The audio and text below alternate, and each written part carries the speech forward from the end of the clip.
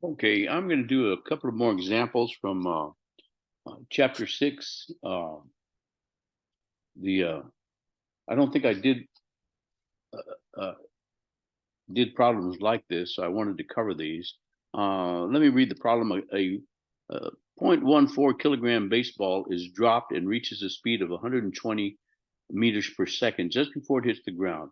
It rebounds with a speed of 1 meter per second. What is the change of the ball's momentum? So let's first of all let's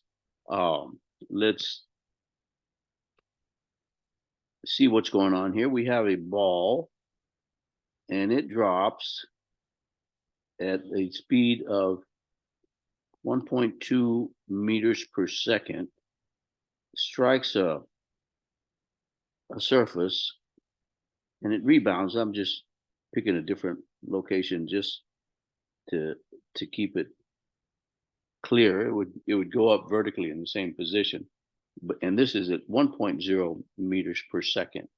Now, what we want is we want delta p, the change in momentum, which is equal to delta. Let me put, we'll put delta mv. Since the ball doesn't change, the mass of the ball doesn't change, so we're going to put m delta v. Now, this is where you have to be careful. So we have mass times v final minus v initial. And the direction is important here. So the mass, delta p, the change in momentum, is equal to the mass, which is 0.140 kilograms. The v final is 1 meter per second in the positive direction going upward, minus 1.2 meters per second going downward, which is negative 1.2 meters per second. So what you end up with is 0.14 kilograms times 2.2 meters per second. Okay, the negative of the negative gives you a positive, so it actually adds. So it's 2.2 meters per second. If you multiply that out, you get 0.14 times 2.2 gives you 0.308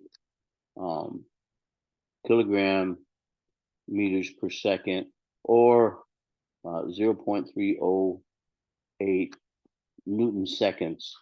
Both of those are that's the impulse.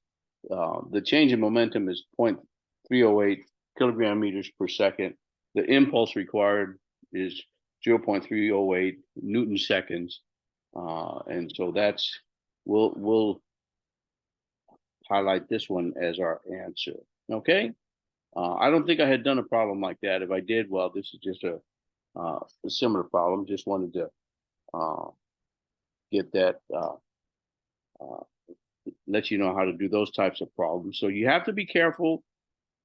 One of them, let's say a baseball is coming towards a batter and he hits it and it's going back to the pitcher. Well, you have to assign one of them the speed of the ball towards the batter maybe as positive, and the speed of the ball away from the batter as negative. You have to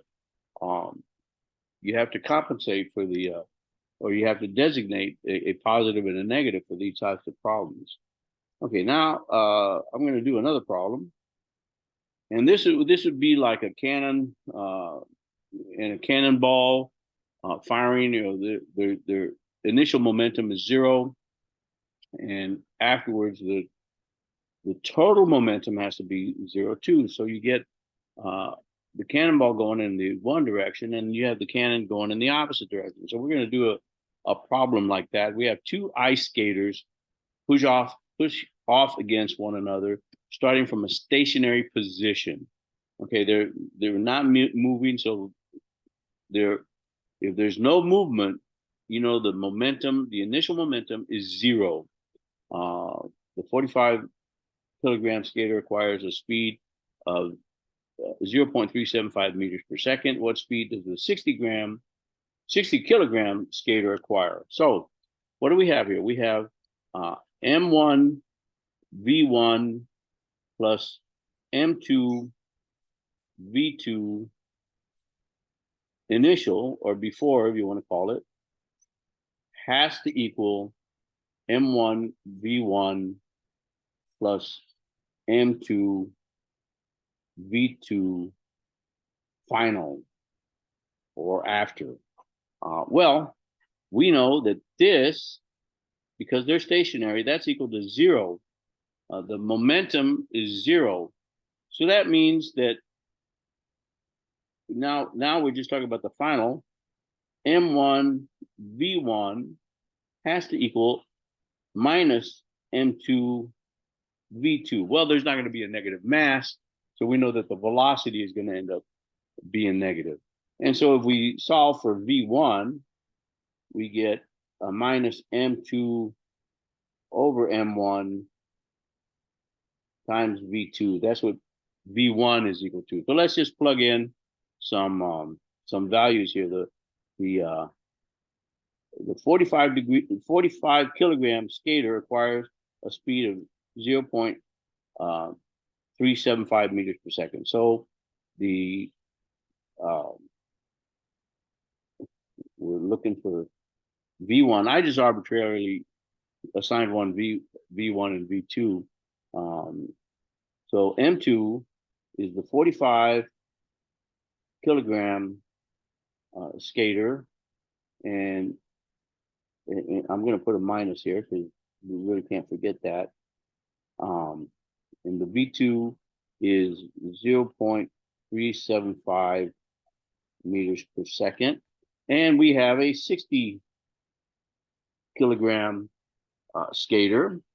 So if you multiply that out, V1 equals a minus 0.281 meters per second. So one of them, the 45 kilogram, is going 0.375 meters per second in one direction, and the other skater is going 0.281 meters per second in the opposite direction. Okay, those are the two types of problems. I don't think I had given you examples of those, and so I wanted to cover those in another little mini lecture, and I hope this helps.